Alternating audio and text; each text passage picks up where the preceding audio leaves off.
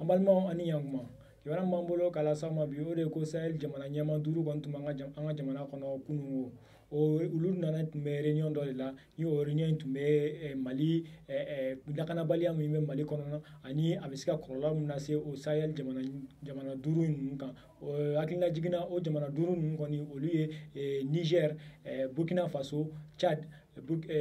Mauritanie ani Mali yɛrɛ olu kɔni jamana ɲɛma duuru minnu tun bɛ ka ɲɔgɔn sɔrɔ réunion min n'u b'a wele ko G5 Sahel olu kɔni y'a jira k'a fɔ ko attaque terroriste ba minnu bɛ ka kɛ Mali kɔnɔ ko olu kɔni kan ka ɲɛ sɔrɔ o la joona walasa ka se ka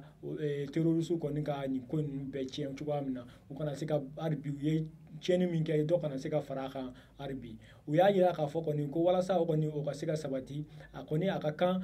Mali kɔni ani Sahel jamana duuru ninnu bɛɛ olu kɔni ka se ka fanga sɔrɔ u ka armée kɔni ka se ka fanga sɔrɔ walasa a bɛ se k'u kɛlɛ cogoya min na o hukumu kɔnɔ u kɔni an b'a hakilina jigin k'a fɔ ko o jamana duuru ninnu kɔni tun bɛnn'a kan ko u bɛna jɛ ka kɛlɛbolo dɔ sigi min bɛ o jamana furancɛ duuru ninnu bɛɛ ni o bɛ yala olu cɛla walasa ka terroriste kɔni ka ko bɛɛ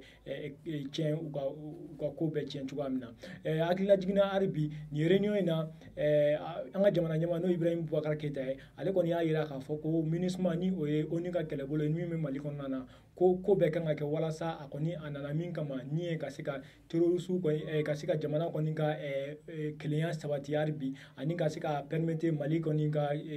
kɛlɛbolo o bɛ se ka segin Mali fan bɛɛ cogoya min na ko o kɔni o ka se k'o bila sen kan o kɔni o tɛmɛnen kɔ ka bɔ yen an b'a jira la k'a fɔ fɛnɛ ko kunun yɛrɛ ani bi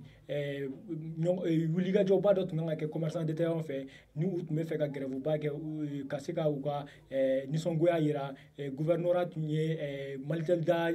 commerçant wuli ko ka nisɔndiya jira o ko la o kɔni an b'a jira la k'a fɔ ko kɔni a ma bɔ k'a d'a kan ko commerçant détaillant olu kɔni ɲɛmɔgɔ y'a jira k'a fɔ k'olu kɔni bɛ kuma ɲɔgɔn na u ni gouvernorat ɲɛmɔgɔw cɛ walasa u bɛ se ka solution sɔrɔ mɔgɔ minnu kɔni gɛnna ka bɔ Malitel da la olu bɛ se ka sigiyɔrɔ wɛrɛ sɔrɔ yɔrɔ minnu na cogoya min na ni kunnafoni de tun b'an bolo k'a las'aw ma aw ni ce a ka kulomajɔ la